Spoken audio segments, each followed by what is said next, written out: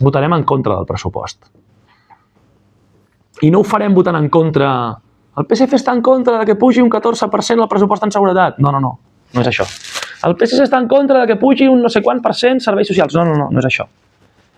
El PSC no pot ser còmplice ni estendre més la mà a un govern que és incapaç de governar i que és incapaç de pactar de debò millores reals pels veïns i veïnes de la ciutat. És que aquest pressupost arriba sense respectar els 15 dies d'audiència pública, sense passar per la comissió informativa, i arriba per urgència, no? Acabem fent un plenari extraordinari, ens arribava per urgència dilluns, ha acabat sent un plenari extraordinari. Això al final, el problema és que tot això està enfocat a que el pressupost entri en vigor l'1 de gener i ni així ho aconseguiran. La nostra sensació és que no han governat, que no han complert, que no han gestionat, perquè la ciutat, desgraciadament, no ha tingut un canvi significatiu que puguem valorar de forma positiva com un gran canvi estructural. No n'hi ha hagut. I aquesta gran decepció s'ha convertit inevitablement en desconfiança. És a dir, nosaltres vam decidir confiar, vam donar un vot de confiança, 2 vots de confiança, però la desconfiança ara mateix és gran a les files del PSC i en mi mateix. Badalona té una alternativa seriosa. Una alternativa que vol treballar en benefici dels veïns i veïnes de la ciutat per sobre de tot.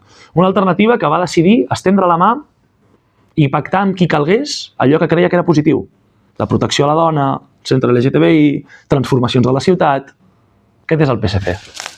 Però un PSC que no pot dir, ni pot ser còmplice, ni pot dir que recolza una gent que sistemàticament ignora les demandes de la ciutadania, els hi ven coses que després no compleix, i nosaltres no podem ser còmplices d'una mentida. Per tant, nosaltres el que demanem és que en el temps que li queda al senyor García Albiol a l'alcaldia actuï de veritat, que sigui capaç de complir, com a mínim, els compromisos als que va arribar amb nosaltres, amb independència de quin sigui el nostre posicionament avui, perquè jo crec que quan arribes a un pacte és per complir-lo, amb independència del que succeeixi després, i nosaltres votarem, insisteixo, en contra amb aquest esperit, el de dir, fins aquí hem arribat, ja n'hi ha prou d'enganyar la gent, posin-se a treballar, són 18, portin els comptes quan toca, compleixin els pactes, canviïn la ciutat, i llavors nosaltres ens tornarem a plantejar un escenari diferent, però insisteixo, la confiança que tenim que aquest govern compleixi el que promet, compleixi el que pacta,